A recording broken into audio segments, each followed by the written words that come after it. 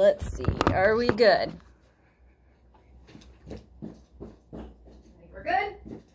Everybody look at my sweet Quaker State hat. You think my fat makes me look fat? Yes, your fat does make you look fat. Damn it.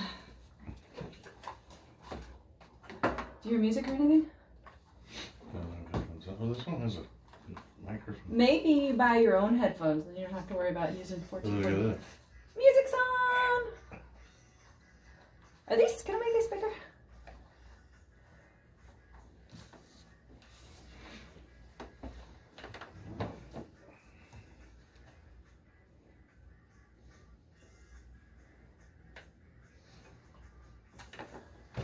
All right, hello, my friends. You are listening to the Bad Blonde Radio Show on News Talk, 1440 Keys and 98.7 FM. That's right, Corpus Christi. Brought to you by Competition Sounds. Thanks, Competition Sounds.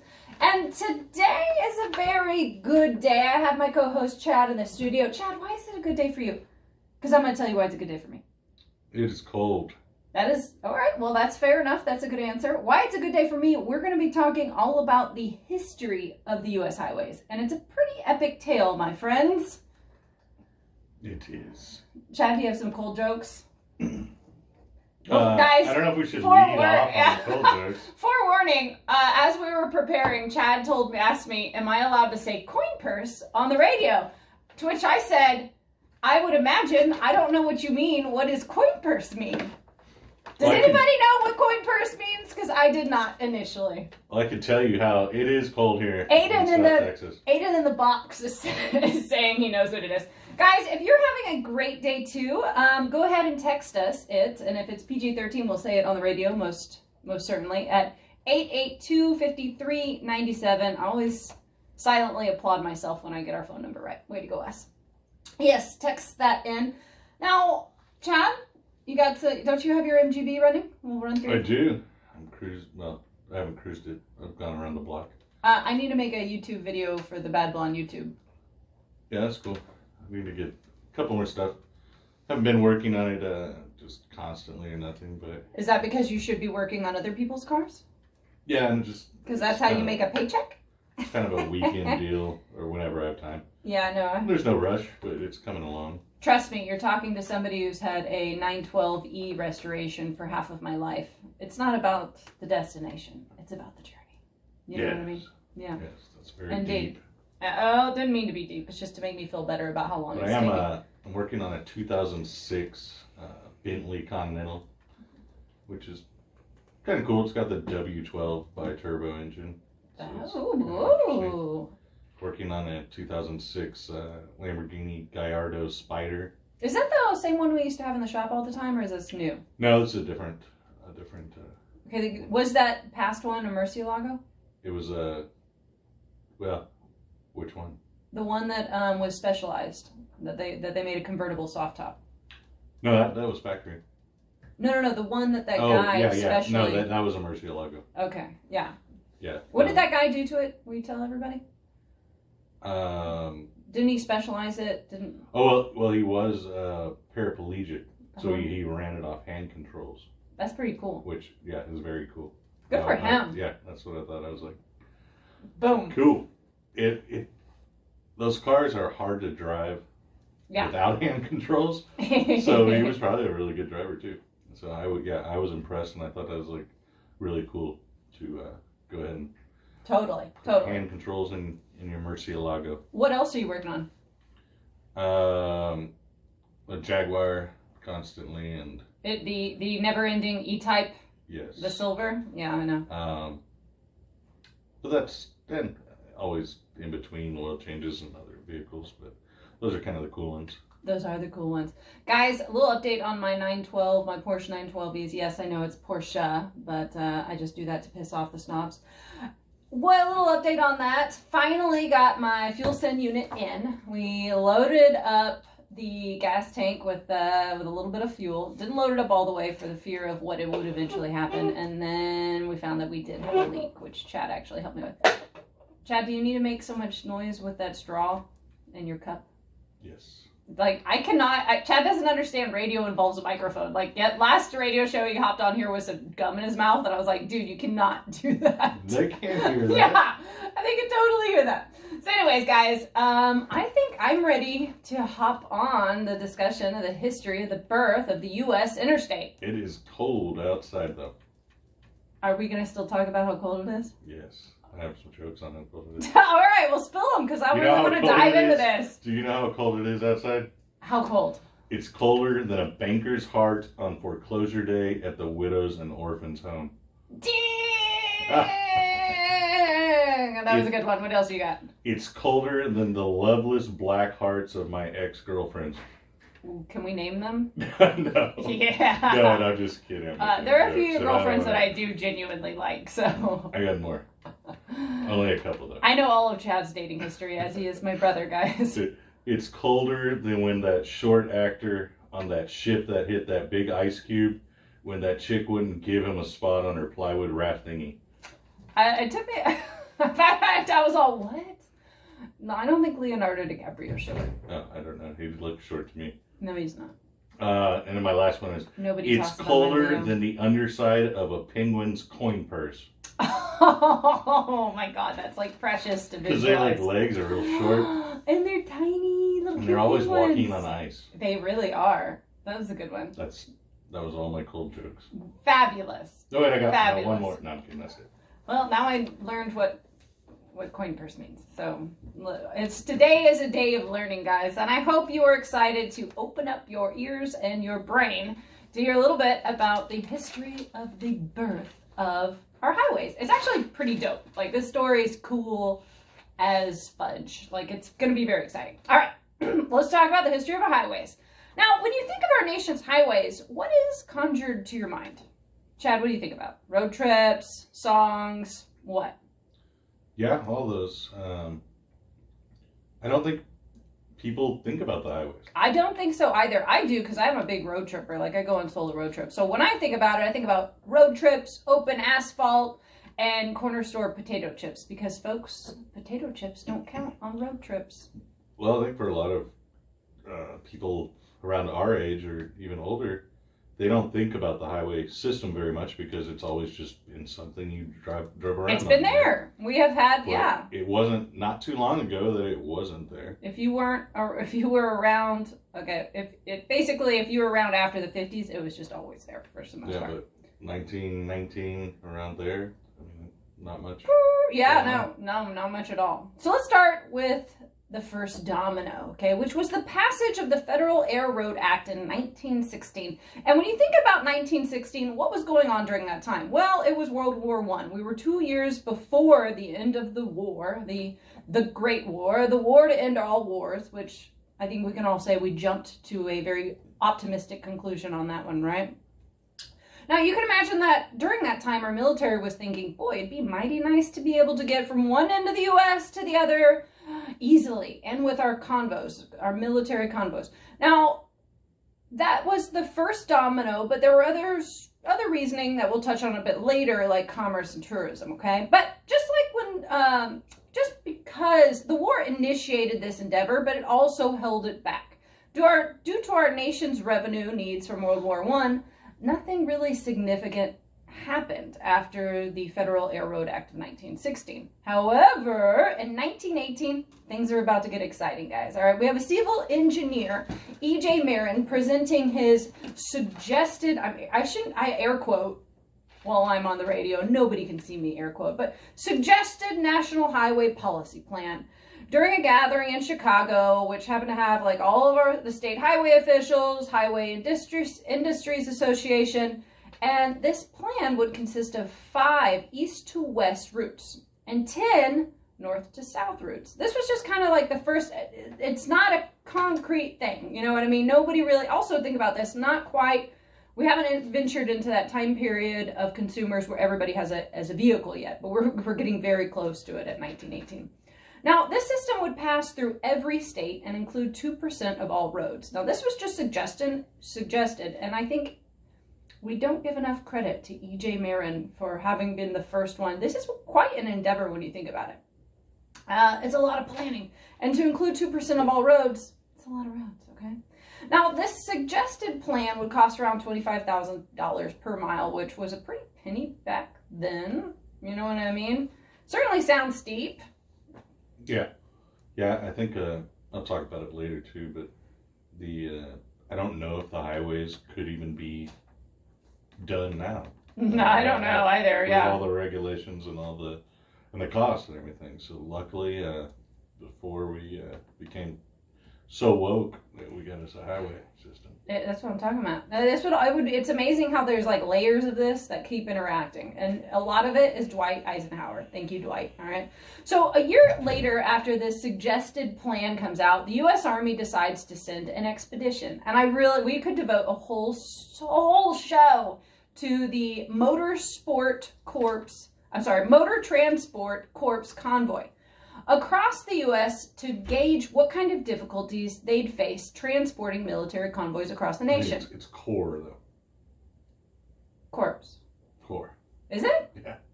Well, I'm not allowed to talk anymore. It's all right, but I think it's pronounced Corps. I don't know. I'm pretty sure. Is it? Yeah.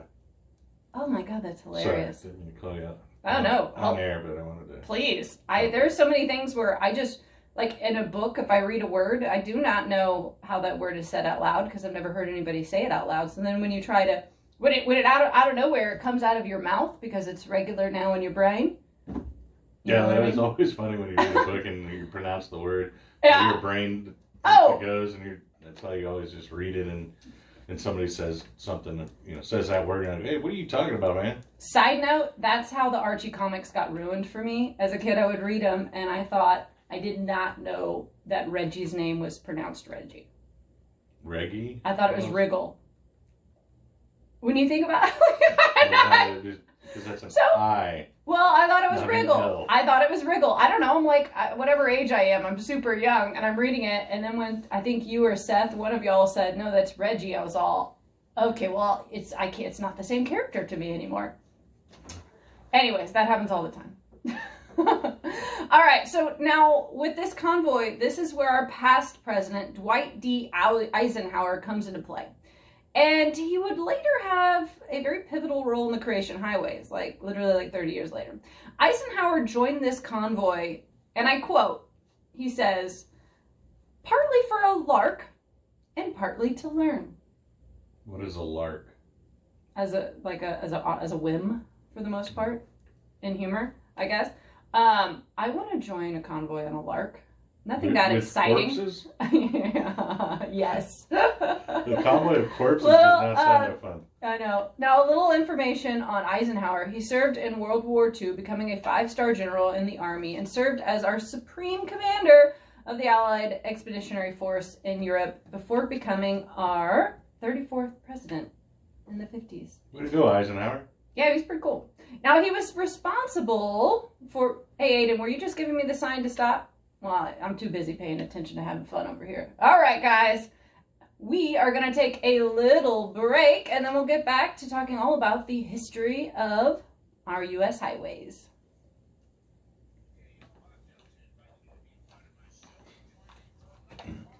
I got some more jokes. I think I'm going to turn this into the Chad Strick Comedy Hour. I'm sick of you. This has happened before, but it rarely happens. So it actually it actually stopped recording for like a minute. So I started it up again. But the part where you started talking about the highways, yeah, it wasn't recorded. So maybe in the next segment you kind of just reiterate. Kind of reiterate what you're saying because I'm gonna chop them up together and put them as one.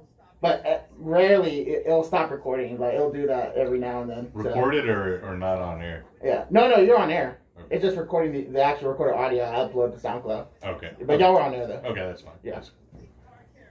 Thanks. No problem. So it stands for corporation or no? Marine Corps? Yeah. I don't know.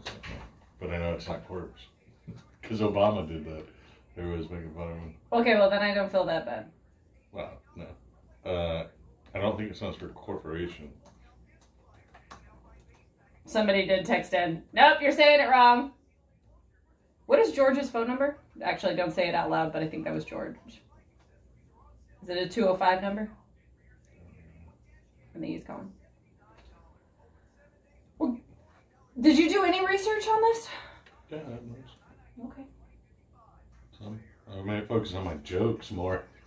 It's very annoying to do all this research and then you just make jokes. It has to be a funny one. This. I'm the funny one.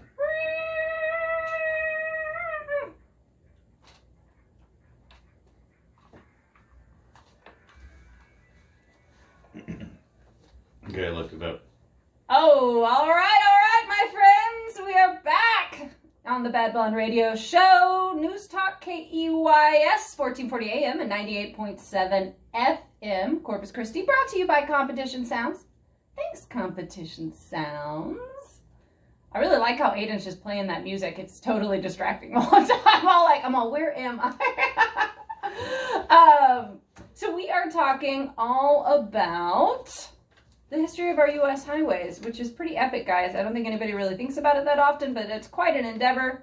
And most of us just grew up with it already being here. If you were born after the 50s, like 56, then you kind of already saw them there for the most part. It's, life is a highway, you know. I want it my way. Ride it all night long. Oh, Chad did his, when I told him this was going to be our topic, he primarily did research on highway songs, which... cold jokes and highway songs is... I'm also looking for a co-host, if anybody is interested. We don't need 3 people.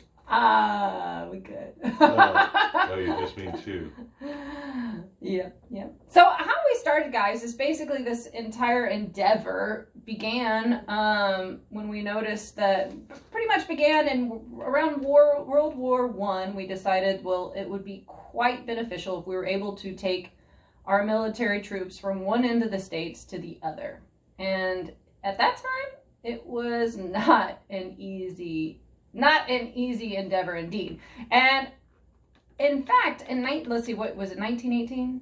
I think it was 1918. Anyways, this is where Dwight D. Eisenhower comes into play, okay? Eisenhower decides to go on this military convoy from one end of the U.S. to the other, okay? And now, he was first a 5-star general in World War II for the Army, served as our supreme commander of all the Allied forces in Europe, and then would eventually become our 34th president. And during his presidency, he would also have a major impact on our highway system. We're going to get to that in a second. But anyways, let's go back. He was also very responsible for planning this. There were some highways before there were highways, right?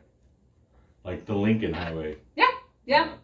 It was kind of, I would say it wasn't organized as well or anything. It wasn't totally federal or anything. But there was like the Lincoln Highway that went from New York to San Francisco, right? And I think that's the one that Eisenhower ended up parading through with his corpses on in a tanks. So they cruised in tanks from New York City to San Francisco. It's kind of cool. What are you laughing at? Nothing. And it took them 62 days. Yeah, to cover 3,200 miles. All right. So they had. Am I going onto your stuff right now? That's fine. Okay, yeah, because I was saying the Lincoln Highway went from New York to San Francisco, but it had hundreds of miles of unpaved dirt roads. Oh, yeah. So there were sections, and those sections were probably more on the East Coast, the populated areas. So once you get in the Midwest or, around, it was basically a dirt road. 100%. And they have some really cool pictures of these guys driving their Model Ts. Yeah. Which is also a part of the highway system. Is before the Model T came around, most Americans, a vehicle was something that only the wealthy could afford. And 100%. it was kind of a gimmicky thing too. It's like nobody. Yeah, it was not something that was exactly promoted. Nobody. Everyone was like, "Oh, a horseless carriage." And no, thank you. Kind of like how they say the rich people now have horses. Back then everybody else had horses. That's 100% true. The Model T actually played a large role in the development or the need of an interstate highway system, because now the masses could had cars, could afford a car, I guess, basically. Exactly. So on the time of this big convoy that was going basically from the Lincoln Highway to the Presidio in And why can't it San Francisco? Been there a couple of times. Not sure why I couldn't just think of it where it was for a second. 28-year-old Eisenhower set out on this grand road trip, and he was quoted to say this expedition was through darkest America with truck and tank. Now, on this rad road trip, it would take them, like we already said, 62 days to drive 3,200 miles, starting on the Lincoln Highway to the Presidio Army Base in San Francisco. Really, a lot was learned during this trek. It was many moments on one-lane roads and bridges. They usually inadvertently broke these bridges with their tanks and then had to fix them. So I'm going to be honest. I've driven on some shady roads and bridges while working in West Virginia, and But not in a tank. Yeah, no, exactly. Like in like a rental Nissan car. And yeah, it sounds like quite an adventure. And everybody, honestly, you should look up pics of this convoy. Google 1919 Motor Transport Corps convoy and take a look at that. It looks pretty. It looks like a lot of work, but it also looks really bad arse. Like it looks totally dope. And a few facts about this convoy. 24 expeditionary officers, 15 War Department staff observation officers, and 258 enlisted men.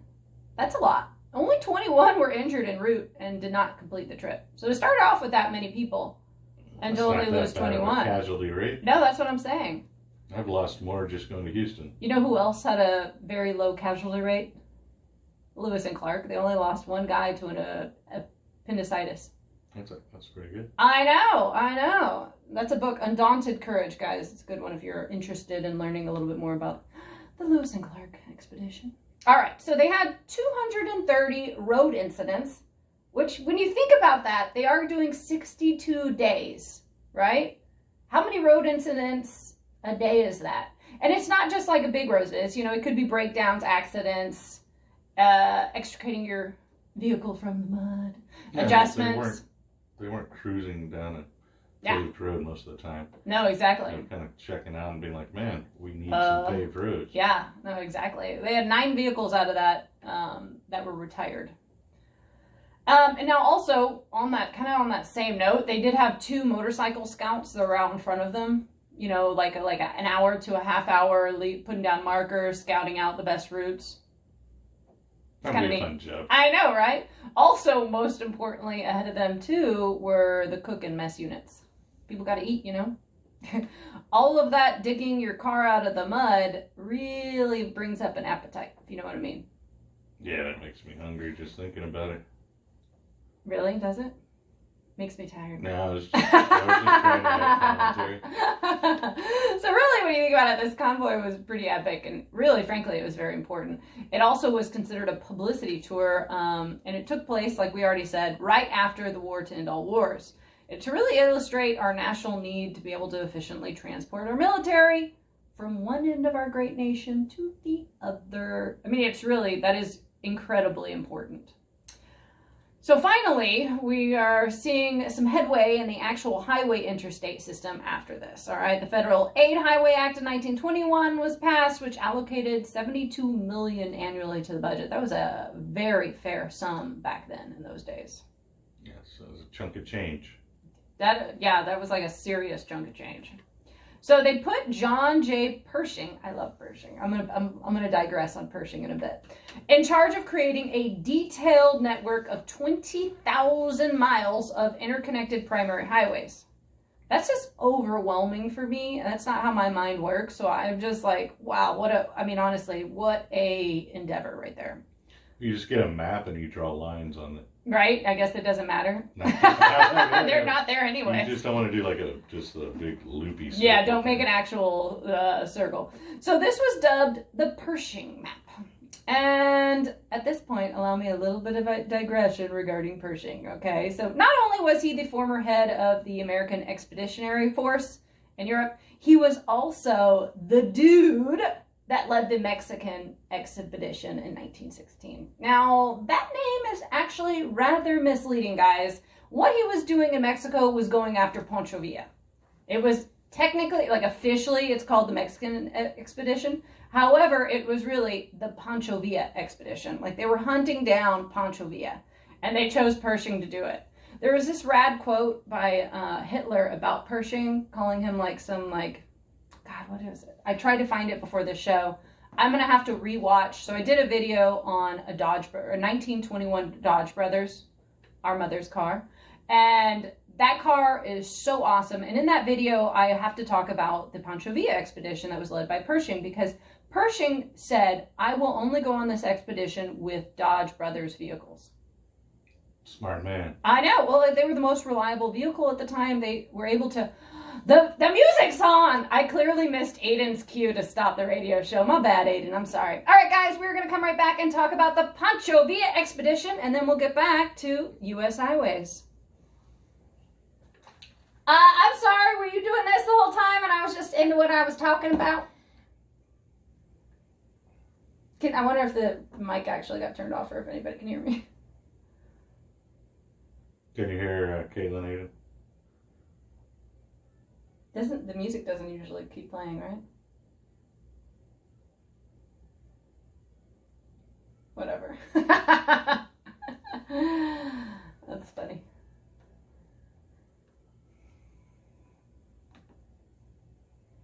How many breaks have we taken? This is a mid. I don't think that...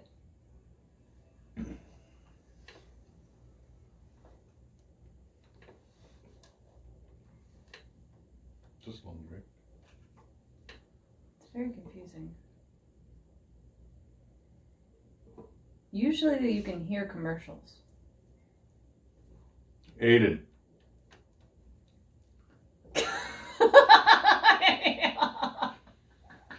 Aiden, I think are we doing the right stuff? He's on his phone. Dude, usually you can hear commercials, and usually we don't start a break at 10:30. Like, we started a little afterwards, so I don't really know what's going on. I mean, it doesn't really matter to me, but I don't know what's going on. But usually you can hear commercials on here.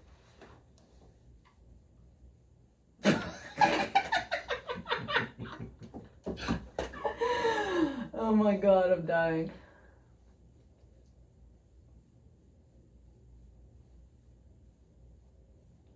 I'm gonna go tap on install. I don't really care, to be honest.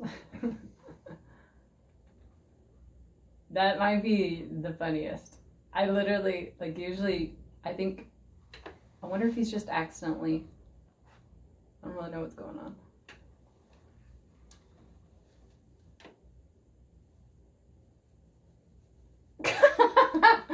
Whatever.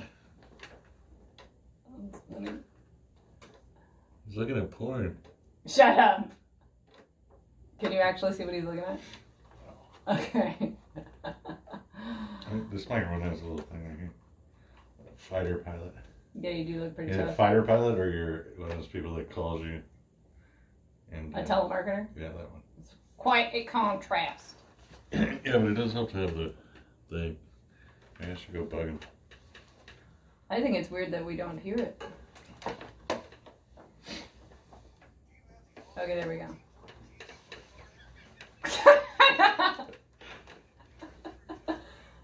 I don't know. I don't know how the radio works, but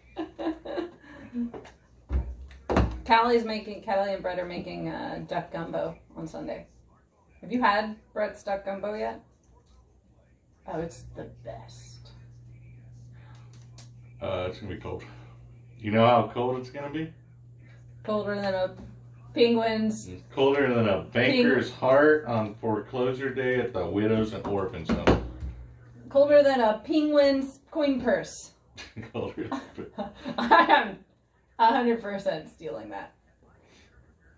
It does. It sucks to be a penguin because they have such short legs and they live on ice. It's like the whole time their junk is just dragging around on ice. Maybe that's why they walk like. They may well walk like it every day. But you have to wait.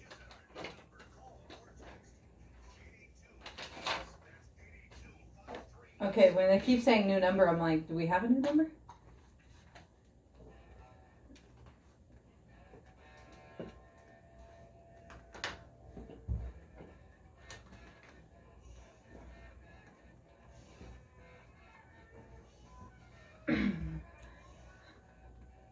Oh, You're listening to the Bad Blonde Radio Show on News Talk KEYS, 1440 AM and 98.7 FM. Brought to you by Competition Sounds. Thanks, Competition Sounds. And today we're talking all about the history of the U.S. highways. And currently I am digressing, talking all about the Pancho Villa expedition led by General Pershing, which is pretty cool. Doesn't he run for mayor here every year? Are you being, Pancho Villa? Yeah, good time. Yes, indeed. There is some, is his name officially? I don't really know that much about him, but sometimes I feel like I'm wasting my vote when I vote for him. Ray Madrigal is what Aiden said. Oh, well, I got you, Ray. I'm with you. Fair enough. Anyways, back to what we were talking about. Now, how this all, just to recap, guys, if you're just now tuning in at the bottom of the hour, how this all started, really, it's post-World War I, okay? And we're realizing as a country that it is imperative that we can get our military from one end of the states to the other, okay? And that kind of sparks the idea to create a highway system, okay? They send out a convoy. It has Eisenhower, and Eisenhower would end up playing a very pivotal role, not only then, but later on during his presidency, to bring about our highway system. During this convoy, it's not just like them checking it out, surveying the scene. This is also a publicity tour, okay? They want to bring attention to this. And people, this, like I said, this is right after World War I, so everybody, even though that was the, I'm using air quotes, the war to end all wars, it didn't, clearly. And people also had it on their mind that they wanted to be prepared if this were to occur again. So we decided to allocate some of our money, the government, to create our highways. And that's kind of where we are. And now we're at to where we have put General Pershing in charge of creating a map called the Pershing map, okay? And now I'm digressing and talking about one of my favorite facts about Pershing, all right? So he was put in charge, he was the lead of the Mexican expedition in 1916. Now that's the official name that our government has put on it, but it was actually known as the Pancho Villa expedition, in which they were hunting down that old rascal, okay? And the car of choice, Pershing literally said, I will only take Dodge Brothers cars on this expedition. They were the most reliable vehicle of its time in the 20s, and I'm sorry, 1916. I say 1921 because I did a video on a 1921 Dodge Brothers. It's on the Bad Ball on YouTube, and it talks all about the Pancho Villa expedition because I love that kind of stuff. So anyways, he says, I'm only going to take Dodge Brothers cars on this expedition. They're reliable. They can handle the crazy terrain of Mexico. And another good thing to Google, guys, is to Google Dodge Brothers Mexico expedition, and you can see these old classics, like these old cars just tumbling and rumbling across Mexican terrain. It's pretty awesome. It's pretty darn cool. It's cool. So anyways, they actually didn't catch Pancho. They didn't get Pancho Villa on that expedition, though they would get him later. Now, after that lovely digression, I hope everybody really enjoyed that because that's like one of my favorite things. Back to the highways. Chad, how cold is it? Oh man, it's cold. I was hoping you would say the it's colder than a banker's heart on foreclosure day at the widows and orphans home. I was hoping you'd say the penguin joke. But anyways, I can do that one too if you want. No, we're getting back to the highways. Missed opportunity. Now, it's the 1920s, and we saw some major booms in road construction, all right? You would see automobile traffic increasing with the Ford Model T and the Model A, all right? And then, fast forward just a smidge, 1938, our president, old Frankie Roosevelt, handed the Bureau of Public Roads chief, Thomas McDonald, a hand-drawn map of the U.S. marked with 8 superhighways. Did he draw the United States map himself? You know he did. Why would you do that? Because that's Franklin Roosevelt. He does whatever he wants. He had a lot of spare time. Yeah, I don't know how he had so much time. That guy, we could do a whole radio show on him. What if he drew the United States incorrectly on his map? I think we will. Maybe that's why the highway system is not as good as it could be. Maybe that's how we got a little piece of that off the grid part of Maine. Yeah. Just kidding. All right. So then after that, after Franklin Roosevelt drew up his own map of the U.S. marked with 8 superhighways, I'd be curious to see that original map that was drawn up and then what we ended up with. Now we're going to fast forward to 1956, in which Eisenhower comes back into play. Yeah, literally 1956. The original military convoy was in 1919. That's nearly 40 years later. All right. Yes. So that young lieutenant, now president, knows the U.S. has a vested interest in having a successful and efficient highway system. So Eisenhower champions the Federal Aid Highway Act of 1956. All right. Isn't that neat? Thank God he went on that convoy and really understood the necessity of this. Yeah, I think it was starting to come to foresight of people that not only for military transportation or whatever we needed to, but also for goods and commerce and everything. Yeah, commerce needed a way. Which look at trucking now. Everything, most goods in the United States are going around by truck. 40 years after what he said was a lark, he joined that convoy on a lark. He is now supporting the Federal Aid Highway Act. I just love that. Things come together. Things come together. Without Eisenhower and some other Pershing and those other people, think of how many songs have highway in them. Yeah, we would have missed out. Life dearly. Is a highway. The highway to hell, but you don't want to be on that highway, probably. Yeah, you probably don't want it, like if you got off on the wrong exit or whatever, but it's a lot of highway songs. Who came up with the name highway? I actually read about it, but I don't remember right now. Didn't include that in my notes. So when he decided to do this, he was actually quoted to say, "The old convoy had started me thinking about good 2-lane highways. The wisdom of broader ribbons across our land." And that's a pretty cool quote. Wisdom of broader ribbons across our land. Didn't really think about it that way, but that's a lovely way of describing our highways. Ribbons across our nation. Isn't that the next? Do you think that came off his head though? Come on, that's like. People were a lot more eloquent back then, so quite possibly. Yeah, I wouldn't say. I'd be like, I don't know how I would describe it, but it would probably be a little less eloquent, that's for sure. Also, something to keep in mind that after he ventured on that convoy, World War II would happen, and Eisenhower would come to use and appreciate the Reichsautobahn, which was basically the first Autobahn, the Autobahn before Autobahn, for the most part. And now it wasn't also, like kind of Chad had just hit upon, it wasn't just about military preparedness anymore. We were a mobile nation. Many families had a car, if not two, in the 50s. Like, the 50s was booming. Yeah, and we may have been a little behind on Europe even. Italy opened Autostrada in 1924. Dope. Which connected Milan to Varese. I don't know that. So is it spelled F-I-R-E-Z-E? It's V-A-R-E-S-E. Okay. And they did that so that they could deliver pizzas faster.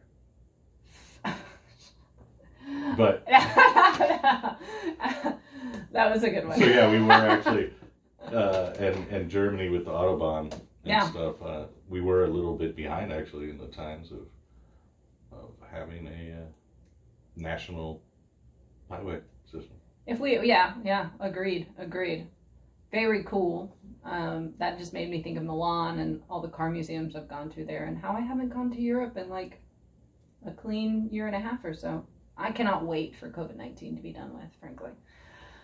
Yeah. So anyways, this would also be about our booming economy. All right. This would genuinely help with commerce. There's probably not, and when anybody listening, when you think about what you touch, what you eat, what you have in your hands, anything you do during the day has probably been transported on our highways. Like, without a doubt. That's I think beyond, well, and just, absolutely. Go from cargo ship or airplane, you get loaded into a Mack truck, and then boom, delivered to grocery store, mall, shopping center, etc. And I didn't know this, and I want to say that I'm not wrong, but you're wrong. I am. I'm sorry.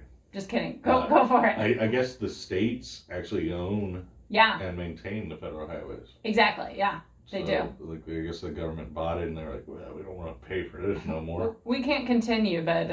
Congratulations, Texas. Yeah, Here's some highways. We've made this. Now you take care of it. So I didn't know that. I always kind of thought that the federal government maintained those and such. Nope, you were right. That is 100% correct. Mm-hmm. So let's go ahead and talk a little bit about numbers for a hot second, okay? Now this plan initially, the cost estimate was $25 billion over 12 years. That doesn't sound like a lot, does it, Chad? Nope. However, it actually ended up costing $114 billion. Which is $530 billion today. Yeah, it is. I did the math in my head real quick. No, you didn't. You actually did research, which I'm proud of you. And they say that the highway system was finished in 1992. Yeah. But obviously it's not finished. No. Because if you look at a map of the highway system, the East Coast obviously got all the money. Totally. Because they got a lot of highways going on over there. They don't got Highway 1, though. No, now, that's a highway. That, I know, no kidding, right? 100%. I at some point, if we once I'm finished with all the history, we're gonna totally talk about some road trips and best highways to drive. Well, we were talking, could we even do? We could not do this highway system now because we're too woke, you know. They're Woke. Yeah, we woke, and because they're rolling over trees and all that stuff and doing all this, and they would have so many protests and everything. Oh, there'd be a million so protests. Thank God they got the highway system done before you couldn't do anything. So there were actually some towns that protested this I don't remember, there was a town called Wallace while I was reading, and they totally protested it, and they declared the entire town a historical designation or marker or something, and were able to prevent it from happening. Which is funny also too, is because the highway system also generated its own economy. Oh, That's where fast food came from. That's where gas stations really started booming, and these gas stations that had Can you imagine if this never had happened and I'd never have a gas station hot dog? Yeah. Or turkey leg? Yeah, you probably would. Your digestive system would probably thank you. No, I'm like a rock. I can handle it all. So anyways, guys, we're going to take a quick break, and then we'll get back to recap all about the history of our highway system. Stay tuned to the Bad Blonde Radio.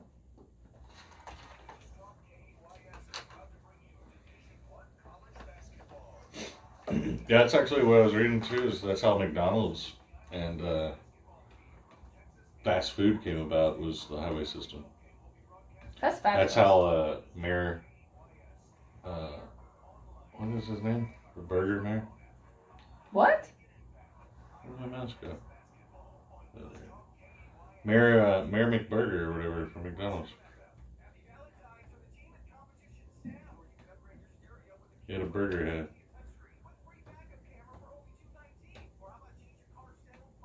Mayor McCheese. But Mayor McCheese would have some run-ins with the Hamburglar. Okay. All right. Now I know what you're talking about. He looks so funny. Oh, there goes Mayor McCheese for Halloween.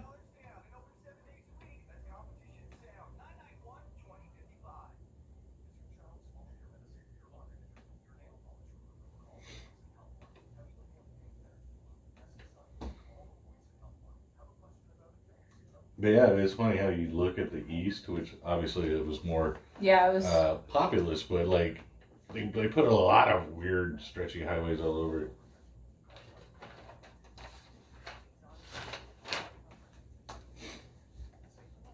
How many texts we got? What's going on? We got a call in? You want me to call in? No, but I'm going to make one up. Unless you want to make one up. Make up a text. I could. Do it. I mean, I make up all the texts. Like we barely get text messages. It's be about how funny I am. Okay, then you're not allowed.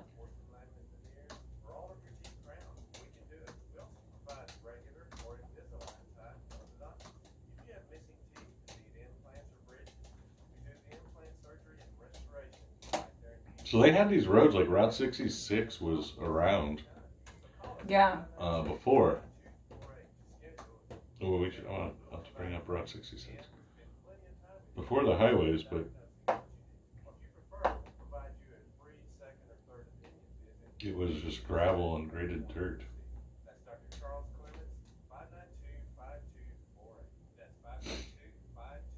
Red's Giant Hamburg. What? That was one of the first fast food drive-thrus. Air guitar! Air guitar! It's only guitar. The Loretto and I want it painted black. No colors anymore, I want them to turn black. Alright guys, welcome back to the Bad Blonde Radio Show on News Talk KEYS 1440 AM and 98.7 FM, Corpus Christi, Texas. Brought to you by Competition Sounds. Thanks, Competition Sounds. Here I have my co-host Chad in here with me. We have been talking all about the history of U.S. highways, which I find pretty epic. It is. It's very cool. Yeah, from the original, just to recap, guys, if you're just now tuning in, from the original early 1919 convoy that went across the U.S. that had Dwight D. Eisenhower on there, which he would later play a pivotal role in getting the actual highways on, and then to how we were influenced by our war endeavors, and also, of course, I digressed a bit into General Pershing, who drew up the Pershing map in his Pancho Villa expedition. Yes, highways are something that we all take for granted. We don't even think about it. So I gotta be honest, I don't. And that's because I do a lot. I mean, half of my 20s, I was on the road for a traveling job. So, I still have my, literally 2-foot huge. Weren't you a carny? I mean, yes, it could be a carny. I was not technically a carny, though my entire family called me a carny during that time. But I was traveling across the nation, literally from Washington State down to Texas to Florida and up to Pennsylvania, New York area. And kind of everything in between except for North Dakota, South Dakota, and Nebraska. I'm going to be honest, we kind of skipped out on those. And Minnesota. But everything else, we got to see the ins and outs. Minnesota. Yeah, and first on the shoulder. And during, that really, we heavily focused on using highways. I had, I'm not kidding, I had the 2x1, huge travel map. Don't you have a phone? Well, that map was all, I loved the map. I mean, we did have phones. This was literally, I did this from 2012 to, or 2011 to 2016. That's another thing, people, is you used to have a map. Yeah, I remember, nobody could read maps anymore. I remember going from, to California from here and otherwhere before cell phones, where... Did you have a printout of your map? You would print it, or you had a map, and you had your little co-driver or whatever. What do they call them? Navigator? Yeah, that one. Yeah, no, I had But I always seem to have really bad navigators, so it was more of a hindrance than a benefit. That can truly be the case. So, some of my favorite road trips, guys, let's see, this has all been, I think 2 or 3 years ago. I flew in, this is Highway 15. I feel like not enough people pay attention to Highway 15. I don't even know where that is. Yeah, well, so I used Highway 15. It basically goes up from Arizona to, wait, hold on, let me make sure I'm looking at this right. No, it goes from it starts in right around LA area. But what I used it mainly for is I flew into Vegas, and then I drove myself. I stayed up way too late, and then I drove myself to Zion the very next day, went to Bryce, and then I went to Antelope Canyon, which is a private land owned by Indians. Loved that. It was one of the most beautiful. It's a slot canyon. Both Bryce and Zion are pretty magical. I absolutely, I would call those, I think that was, I'd call those my road trips for sanity. A solo road trip, I would just book a ticket somewhere, get a rental car, and then head up to a couple of different designations. So with this one, like I said, started Vegas, went to Zion, did Bryce, Antelope Canyon, popped into the Grand Canyon, which was breathtaking. And then I went back to Vegas and I flew home. I also did stop at the Carroll Shelby Museum, which is right by the Vegas airport. I have driven every mile of Interstate 10. Really? Yes. Did you start all the way up there in Washington or what? Did you get something in Canada? It looks like it ends in Georgia. Oh, 10. I'm totally thinking something else. I've taken 10 all the way to Georgia. And I've done taken 10 all the way to LA. Yeah, I've had a long drive from LA to Arizona. And that actually 10 to drive Mexico. to LA when you get through Arizona and New Mexico, that's like really pretty. And cool. It is. They have those huge, I think it's in Arizona, they have those huge rocks that have been so sand blown or whatever. That they're just huge, not rocks, they're like, what would you call them? Boulders. Yeah. But now they're just look like enormous pebbles. Yeah. It's really cool. Totally. I mean, that's kind of the essence of what a slot canyon is. The Antelope Slot Canyon that I did on that road trip is it forms these magnificent pieces of, like basically rock art that you walk through, and it's all formed because of passing air. Yeah, that's pretty cool. It is dope. One time we were driving, it was while I was still doing that tour. We were driving on 10, I think it was through Arizona, and there was massive rain. And that is probably one of the most scariest places to possibly be caught in a flood. And why that is, guys, is because you're driving around in basically red clay. It's red dirt. And to see red dirt moving fluidly in such a fast, you know what I mean, getting a little too close to your highway, it's the freakiest thing. Is that because the amount of rain, or does red dirt not absorb water very well? There was a lot of rain. We probably should not have been driving, frankly, but we made it. Yay. We literally had to work the next day, so there wasn't in a separate state, so we didn't really have much of an option. What do you think the most beautiful highway? Honestly, this highway, I'm looking at all my road trips, and Highway 15 is pretty bomb. The next road trip I did, I flew into Salt Lake City, and my goal was to get up to Jackson Hole, Wyoming, and see the Grand Tetons, and also check out Yosemite again. I'd already been there. I'd already done a road trip over there, and that was breathtaking. Also, there are a couple of cool car museums I hit up along the way. Oh, it was just so pretty. Highway 15's dope. I also, obviously, Highway 1. Yeah, I would have to say Highway 1. That was... But that is, you're also limited with what you... Well, I like both. I can't say which is best. I thought Highway 1 was pretty spectacular. Also, I mean, I also... And it's dangerous. Ooh. Dangerously fun. Or dangerously falling off a 200-foot cliff into the ocean. I mean, that can happen as well. You want to... I've almost witnessed it. What? Oh, are we talking about Matt's episode when we were doing Monterey Car Week? Dun, dun, dun. Do you want to tell that story? No. Omit the vehicle that he was driving, though? Well, we went to a Carmel car show thingy. Okay, Chad, you are not hyping this up as properly. All right, guys. So back in 2013, we transported 6 vehicles to Monterey Car Week, which is one of the most epic car weeks in the United States. It takes place at Monterey, and it caps with Pebble Beach Concours d'Elegance, which is fantastic. I mean, it literally is one of my favorite. It's my favorite week of the year for the most part. That and maybe Grand Prix of Monaco week. So anyways, we take 6 cars out there. We're all driving around. It's like the best, okay? Our good friend George Finley is out there. He's got, is it 3 Apollos at the time? Did we take 3 Apollos, 2 Cadillacs? 3 Cadillacs? And a Partridge. Okay, it was 3 Apollos, which we're actually going to have George on to the radio show to talk all about the history of that, because he was one of the pivotal players in the beginning of that vehicle, which is one of the most beautiful sports cars you probably have never heard about. It is. Yeah, I know. It's kind of awesome. So anyways, back to that. So we have 3 Apollos, 1 Ferrari 308 GT4 Dino, and also 2 Cadillacs. Cadillac, rest of mine. Yeah. And we are all having a heck of a good time. And our good buddy Matt takes one of these vehicles out for his own joyride. During this time, so can you explain how the securing mechanism works on that wheel?